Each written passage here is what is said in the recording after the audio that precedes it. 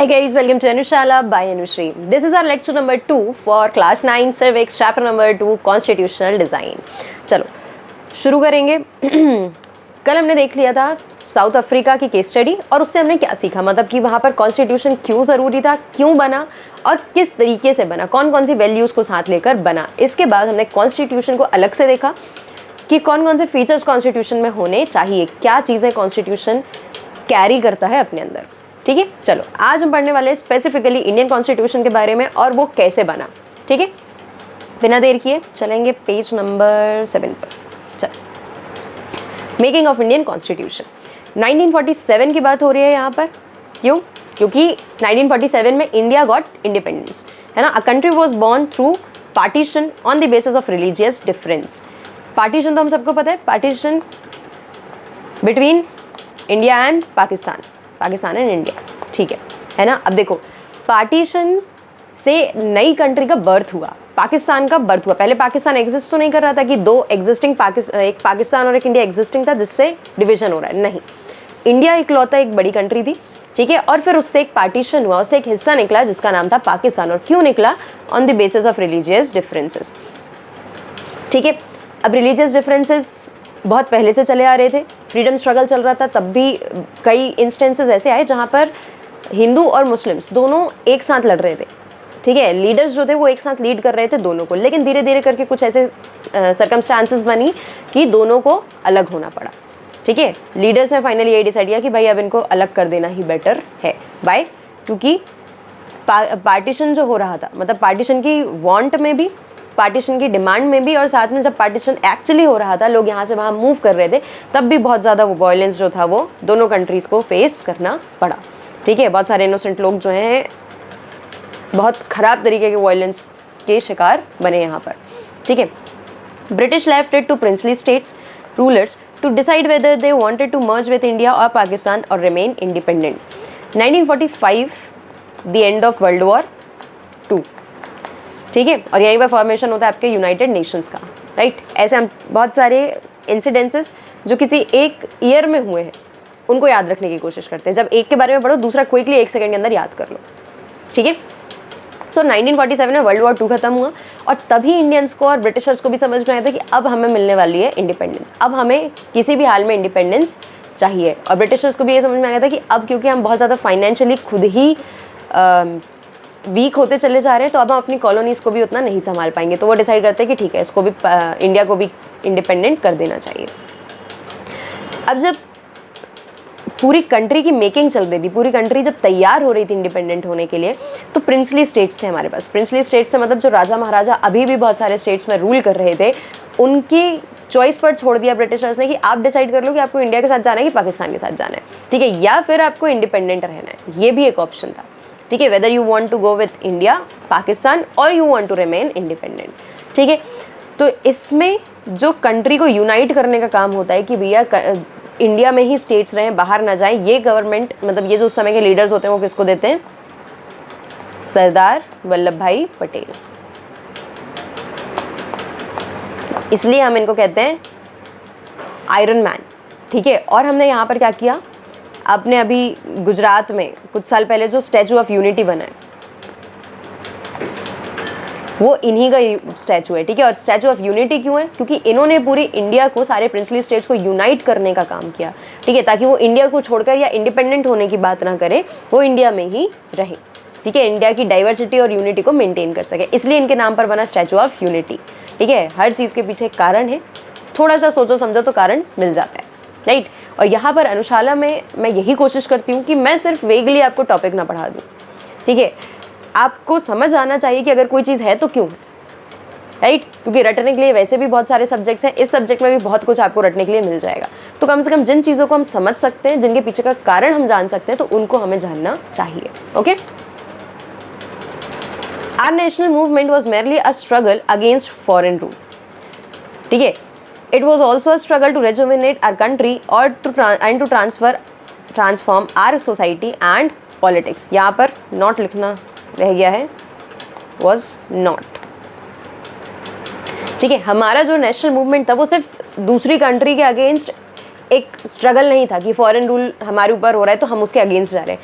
हमें एक्चुअली इस बात पर भी फोकस करना था कि भाई ठीक है, इनको तो हम भगा देंगे, है ना। अब अगर हमने ठान लिया कि हम ब्रिटिशर्स से इंडिपेंडेंस लेकर रहेंगे तो मान लेते हैं कि ये तो जाएंगे, लेकिन जब ये जाएंगे तो हमारी कंट्री को रूल कौन करेगा। हमारे पास एक प्रॉपर स्ट्रक्चर होना चाहिए, हमारे पास एक प्रॉपर फ्रेमवर्क होना चाहिए जिस पर हमें काम करना है, ठीक है। ऐसा ना हो कि अभी हम किसी फॉरेन रूल के अंदर हैं और जैसे हम लड़ झगड़ के स्ट्रगल करके इनको भगा रहे तो हमारी कंट्री के कुछ पावरफुल लोग आकर यहाँ बैठ जाए और हम उनके गुलाम बन जाए। ये लीडर्स के दिमाग में बहुत पहले से था, ठीक है। इसलिए क्या करना चालू करते हैं, इसलिए ये बनाना चालू करते हैं एक ऐसा फ्रेमवर्क, एक ऐसा सुप्रीम लॉ जो किसी की भी नीड्स को सेटिस्फाई नहीं करेगा, सॉरी किसी की भी नीड्स को कॉम्प्रोमाइज़ नहीं करेगा, सबके नीड्स को सेटिस्फाई करने की कोशिश करेगा, right.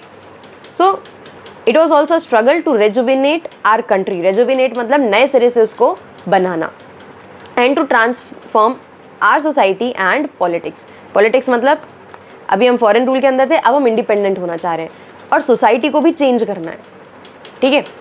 A lot of sharp differences of opinion existed within freedom struggle. Sharp differences of opinion. ये आपको कब समझ में आएगा, जब आप पढ़ेंगे एग्जैक्टली फ्रीडम स्ट्रगल के बारे में या उसके लीडर्स के बारे में, ठीक है। क्यों? क्योंकि यहाँ पर ऐसा नहीं था कि चाहिए सारे लोगों को इंडिपेंडेंस थी, ठीक है। जितने भी लीडर्स अलग अलग रीजन से अलग अलग आइडियोलॉजी लेकर लड़ रहे थे, everybody wanted to have freedom. बस किसी के तरीके अलग थे, जैसे कि अगर हम गांधी जी की बात करें तो उनका था कि भाई वायलेंस यूज़ नहीं करना चाहिए, ठीक है। उसी तरफ कई सारे लीडर्स ऐसे थे जिनका ये कहना था कि नहीं, हमें जो करना पड़ेगा हम करेंगे, वायलेंस करना पड़ेगा तो भी करेंगे, ठीक है। तो इस तरीके के कुछ शार्प डिफरेंसेस थे ओपिनियन में, है ना। 1928 मोतीलाल नेहरू जो होते हैं, अब ये देखो 1928 बात 1947 में मिल रहा है फ्रीडम, लेकिन कितने पहले से ये लोगों के दिमाग में कहानी चल रही है, लीडर्स इसके लिए काम करते चले जा रहे हैं। सो 1928 Motilal Nehru and 8 Congress leaders drafted a constitution for India. 1928 में पहली बार हमारे इंडिया के लिए एक कॉन्स्टिट्यूशन तैयार होता है, ठीक है। अब ये कांग्रेस कहाँ से आ गई, ये कांग्रेस बनती है 1885 में, ठीक है। 1885 में एक पहली पॉलिटिकल पार्टी, एक पहला पॉलिटिकल ऑर्गेनाइजेशन इंडिया के लोग बनाएंगे, ये सोचकर कि अगर हम अलग अलग लड़ते रहेंगे, ऐसे ही इंडिविजुअली चिल्लाते रहेंगे तो कोई सेंस नहीं बनेगा उसका। अगर हमें ब्रिटिशर्स से पावर लेनी है, अगर हमें गवर्नमेंट के अंदर घुसना है, अगर हमें अपनी लॉ मेकिंग करनी है, तो first we need to form a political party. हमें एक बड़ा ऑर्गेनाइजेशन बनाना पड़ेगा जिसका जो एरिया होना चाहिए, मतलब एक तो वो पूरे इंडिया के लोगों से बनना चाहिए, तो उसमें उतनी पावर होनी चाहिए कि वो ब्रिटिशर्स के सामने खड़े हो सके, ठीक है, और उसको सीरियसली लिया जाए।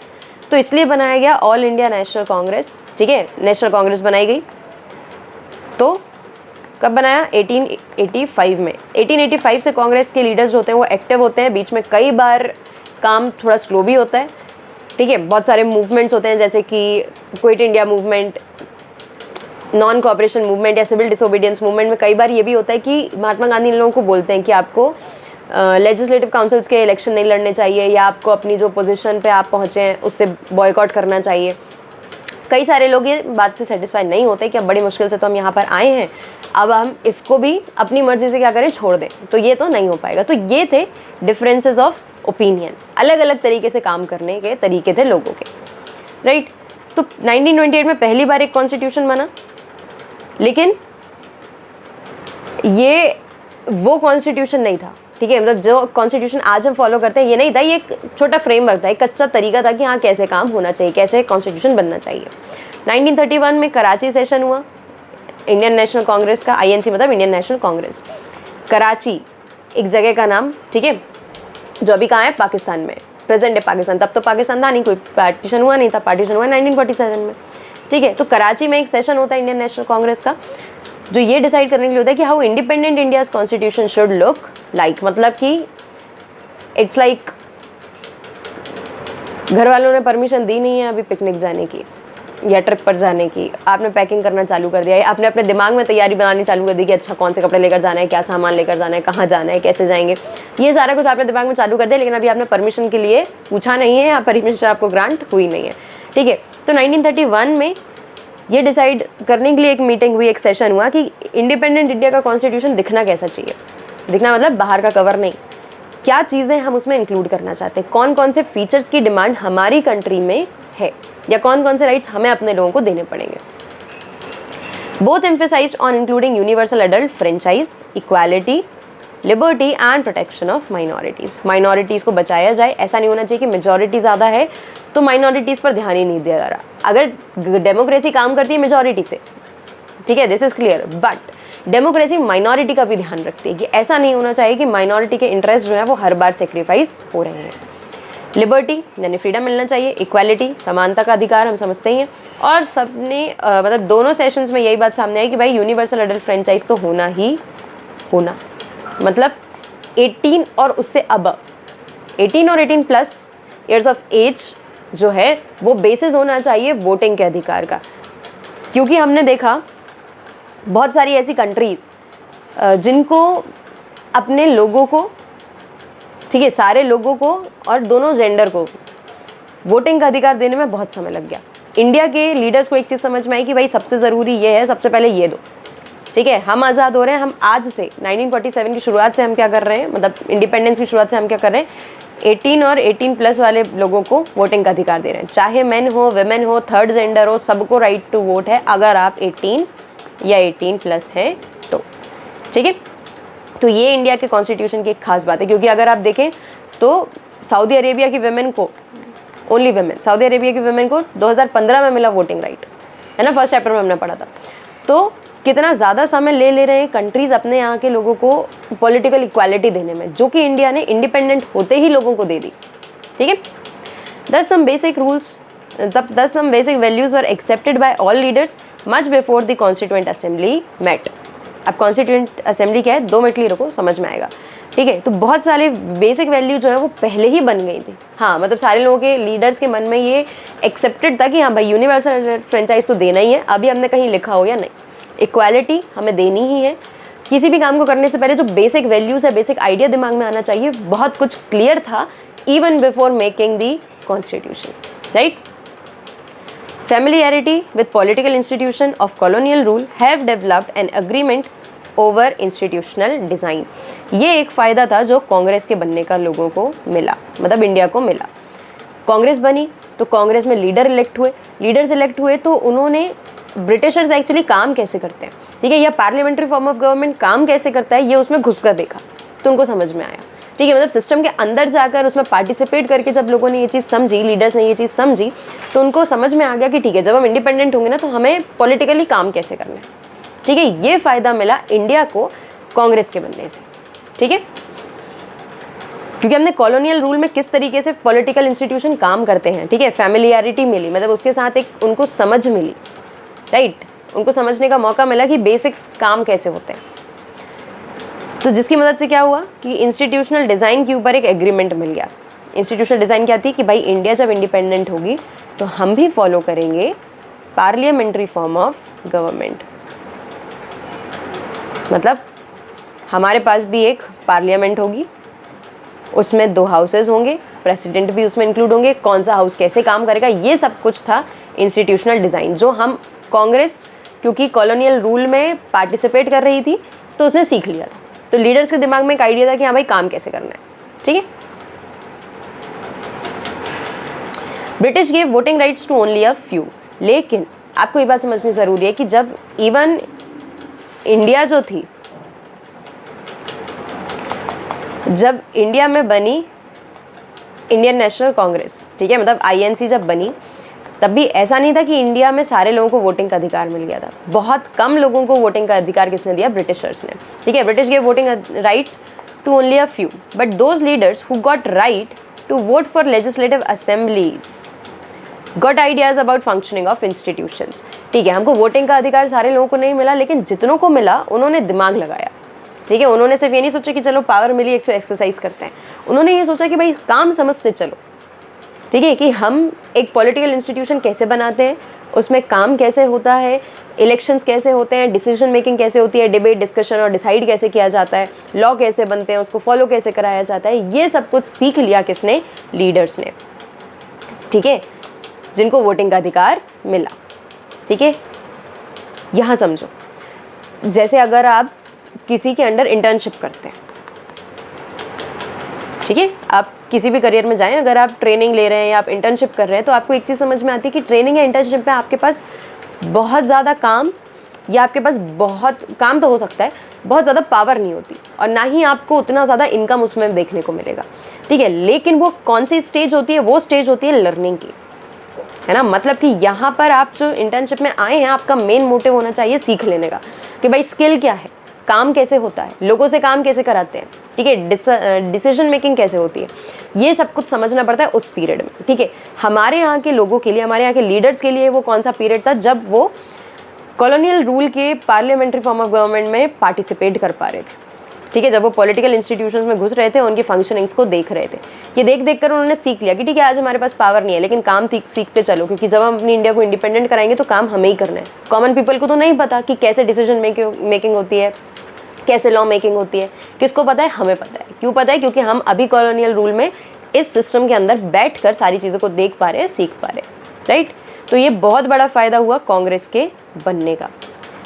ये वाली कांग्रेस को आज वाली कांग्रेस के कंपेयर ना करें। ये सबसे पहला पॉलिटिकल ऑर्गेनाइजेशन था हमारे पास, जिसको हमने कहा था इंडियन नेशनल कांग्रेस, ठीक है। और इसमें ओवरऑल पूरी इंडिया से कई सारे लीडर्स आए सामने, जिन्होंने क्या किया? रिप्रेजेंटेशन किया, ओके। इसके अंदर भी ग्रुप्स थे, अलग अलग आइडियोलॉजीज़ वाले लोग एक साथ एग्जिस्ट कर रहे थे, जो आज आप एकदम अलग अलग, जिनको आरएसएस या बीजेपी या कांग्रेस अलग अलग करते हैं, ऐसा नहीं था ये वाली कांग्रेस में। इसमें बहुत सारी अलग अलग आइडियोलॉजी वाले लोग एक साथ बैठकर काम कर रहे थे, ठीक है। हालांकि इसमें भी कुछ इशू सामने आएंगे जिसके कारण स्प्लिट हो जाएगा, ठीक है। देखेंगे आगे कैसे, है ना। 8th में हमने पढ़ा था एग्जैक्टली, मॉडरेट्स, एक्सट्रीमिस्ट, ये पढ़ा था, यही था कांग्रेस में स्प्लिट होना। A lot of procedure and details were adopted from Government of India Act 1935। 1935 क्या था? गवर्नमेंट ऑफ इंडिया एक्ट, की इंडिया की गवर्नमेंट जो है वो कैसे बनेगी, ठीक है। क्योंकि हमारे लीडर्स बहुत पहले से इंडिपेंडेंस की डिमांड कर रहे थे, तो एक एक्ट सामने आता है, गवर्नमेंट ऑफ इंडिया एक्ट 1935। आपके कॉन्स्टिट्यूशन में जब हम इंडिपेंडेंट होते हैं, तो इससे बहुत सारे फीचर्स को डायरेक्टली ले लिया गया, ठीक है। ये काफ़ी बड़ा कॉन्ट्रीब्यूटर था कि कॉन्स्टिट्यूशन में कौन से फीचर्स को हम डायरेक्टली ले रहे हैं, ठीक है। Our leaders gained confidence to learn from other countries but on our own terms। Constitution जो इंडिया का है, इसमें बहुत सारी ऐसी चीज़ें हैं जो अदर कॉन्स्टिट्यूशन से बोरोड हैं, लेकिन किस बेसिस पर बोरो किया है हमने? एज इट इज़ हमने कुछ भी उठाकर अपने कॉन्स्टिट्यूशन में नहीं रख लिया। हमने देखा कि क्या भाई ये फ्लेक्सिबल है हमारी कंट्री के हिसाब से, क्या हमारी कंट्री में ये कंसेप्ट काम करेगा या नहीं करेगा, ठीक है। ये सब कुछ देखने के बाद, अपने टर्म्स एंड कंडीशंस के हिसाब से उनको मोल्ड करने के बाद, हमने दूसरी कंट्री के कॉन्स्टिट्यूशन से कुछ फीचर्स को उठाया, ठीक है। जैसे कि पार्लियामेंट्री फॉर्म ऑफ गवर्नमेंट हमारा नहीं है, ये हमने कहाँ से लिया? ब्रिटेन से लिया, ठीक है। फिर फंडामेंटल राइट्स हैं, अमेरिका से लिया हमने, यूएसए से। फंडामेंटल ड्यूटीज़ हैं, directive principle of state policies है, बहुत सारी चीज़ें ना हमने दूसरी कंट्री से ली हैं। इसलिए कई बार ये विवाद भी होता है, कुछ लोगों का ऐसा मानना होता है कि कॉन्स्टिट्यूशन जो है इंडिया का, इट इज़ बोरोड, उधार का कॉन्स्टिट्यूशन है, क्योंकि हमने बहुत सारे लोगों से लिया है, ठीक है। लेकिन अगेन एक चीज़ इसमें ध्यान रखने की, एक सबसे बड़ा आर्ग्यूमेंट ये है कि हमने एज इट इज़ कुछ भी उठा के अपने कॉन्स्टिट्यूशन में नहीं रखा। हमने ये देखा कि भाई ठीक है, फंडामेंटल राइट्स हमें देने हैं अपने सिटीजन्स को भी, लेकिन क्या हमने एग्जैक्टली जैसे अमेरिकन फंडामेंटल राइट्स है वैसे दे दिए? नहीं, हमने उनको मोल्ड किया। हमने देखा कि हमारी कंट्री में लोगों की समझ कैसी है, कैसी मेंटालिटी के लोग हैं हमारे पास, ठीक है। हमारी सोसाइटी में जो बेसिक वैल्यूज़ हैं, मोरल वैल्यूज़ जो हमारे यहाँ सिखाई जाती हैं, वो क्या है, ठीक है। हमारी कंट्री काम कैसे करती है, हमारी सोसाइटी में कितने रिलीजन हैं अलग अलग, ठीक है। तो ये सारी चीज़ें क्या होती हैं, जब हम दूसरी कंट्री से लेते तो हैं, लेकिन अपने हिसाब से उनको शेप करके, राइट। चलो नाउ कॉन्स्टिट्यूएंट असेंबली। अब ये क्या है? कॉन्स्टिट्यूएंट असेंबली एक ऐसा ग्रुप था जिसने कॉन्स्टिट्यूशन बनाने का काम किया। कॉन्स्टिट्यूशन कैसे बनेगा, क्या चीज़ें इंक्लूड करनी है, क्या नहीं करनी, क्या शेप करना है, ये सब कुछ डिसाइड करने के लिए एक ग्रुप बनाया गया जिसका नाम था constituent assembly. Assembly of elected representative, ये इलेक्शन से बनी थी, सारे लोगों ने वोट नहीं किया इस पर, लेकिन इंडिया से, ओवरऑल इंडिया से सारे लोग आए थे। हम ये बात की जो मतलब इस बात का प्रूफ जो है वो लोगों के पास है। कैसे? कॉन्स्टिट्यूशन के पीछे सिग्नेटरीज ने वहाँ पर साइन किए, ठीक है। तो वो बताते हैं कि बहुत सारे अलग अलग बैकग्राउंड के लोग अलग अलग रीजन से यहाँ पर आए, कॉन्स्टिट्यूएंट असेंबली में बैठे, डिबेट डिस्कशन किया और फाइनली डिसाइड किया कि कॉन्स्टिट्यूशन में क्या होगा, right, but not bye universal adult franchise, सारे लोगों को वोट का अधिकार इसमें नहीं था। Elected by members of existing provincial legislatures, ठीक है। देखो हमें बनानी थी एक कॉन्स्टिट्यूएंट असेंबली पूरे इंडिया के लोगों को मिला के, ठीक है, क्योंकि कॉन्स्टिट्यूशन पूरे इंडिया के लिए बन रहा था। पर ऐसा नहीं था कि कॉन्स्टिट्यूएंट असेंबली बनने के लिए पूरे इंडिया में जितने भी लोग 18+ थे उन्होंने वोट किया, नहीं। किसने वोट किया? जो एग्जिस्टिंग प्रोविंशियल लेजिस्लेचर्स थी, यानी जो स्टेट्स थे उसमें जो लेजिस्लेटिव असेंबलीज थी उनके लोगों ने वोट दिया कि भाई हमारे स्टेट से, हमारे एरिया से कौन जाएगा कॉन्स्टिट्यूएंट असेंबली में, right. So universal adult franchise constituent assembly में नहीं था, लेकिन जब हम कॉन्स्टिट्यूशन बनाएंगे तब हम उसमें यूनिवर्सल अडल्ट फ्रेंचाइज देंगे, okay. Held elections held in July 1946, first meeting in December after partition. Partition के बाद क्या होता है? कॉन्स्टिट्यूएंट असेंबली की पहली मीटिंग होती है। देखो कॉन्स्टिट्यूएंट असेंबली असल में पहले से बन रही थी, ठीक है। इलेक्शन हुआ 1946 में, लेकिन उसका जो कंसेप्ट था वो पहले से चला रहा था, और इतने ही बीच 1947 में क्या हो गया आपका? पार्टीशन, ठीक है। तो कॉन्स्टिट्यूएंट असेंबली जो पहले बन रही थी वो पूरे एरिया के लिए बन रही थी। जो पाकिस्तान बन गया उस एरिया के लिए भी तो थी ना कॉन्स्टिट्यूएंट असेंबली। तो पार्टीशन के बाद एक कॉन्स्टिट्यूएंट असेंबली जो अपने इंडिया के पूरे हिस्सों की थी, रिप्रेजेंटेटिव्स जो थे, उन्होंने कॉन्स्टिट्यूएंट असेंबली फॉर इंडिया बनाई। अब पाकिस्तान ने भी अपना कॉन्स्टिट्यूशन बनाया तो उन्होंने कॉन्स्टिट्यूएंट असेंबली फॉर पाकिस्तान बनाया, ठीक है। After constitution adopted constitution on 26 नवंबर 1949, ये डेट आपको याद आराम से हो जाएगी, ठीक है। अभी देखते हैं कैसे। केम इनटू इफेक्ट ऑन 26 जनवरी 1950। 1946 में देखा हमने बन गई क्या? कॉन्स्टिट्यूएंट असेंबली, ठीक है। 1949 यानी लगभग करीब 2.5 साल कुछ इसमें लग जाएगा आपको। 26 नवंबर, ठीक है, 2 महीने और लिए गए। 26 जनवरी 1950 में हमने इसको क्या किया? शुरू कर दिया। अडॉप्ट तो कर लिया था हमने 26 नवंबर 1949 में कि हाँ आज से हम अडॉप्ट कर रहे हैं, लेकिन ये फंक्शन कब से करेगा? 26 जनवरी 1950 से, है ना। Celebrated as republic day, that's why हम 26 जनवरी को रिपब्लिक डे की तरह सेलिब्रेट करते हैं। Why are we following constitution?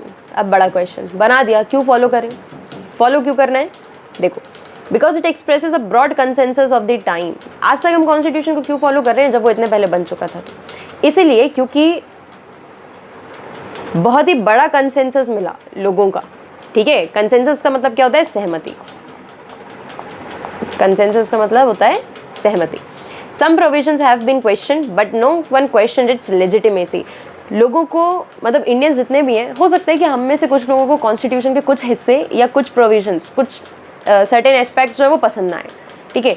तो उनको तो चेंज किया जा सकता है, अमेंडमेंट तो हो सकते हैं, कॉन्स्टिट्यूशन ने इसका स्कोप रखा हुआ है, ठीक है। लेकिन कभी भी किसी ने ये नहीं कहा कि भाई कॉन्स्टिट्यूशन बनाने वाले व्यक्ति ने ढंग से कॉन्स्टिट्यूशन नहीं बनाया, या कॉन्स्टिट्यूशन बनाने वाले लोग कौन थे, उनकी पोजीशन क्या रही होगी उस समय, ठीक है, कि क्या वो इतने केपेबल रहे होंगे कि उन्होंने एक ढंग का कॉन्स्टिट्यूशन बनाया।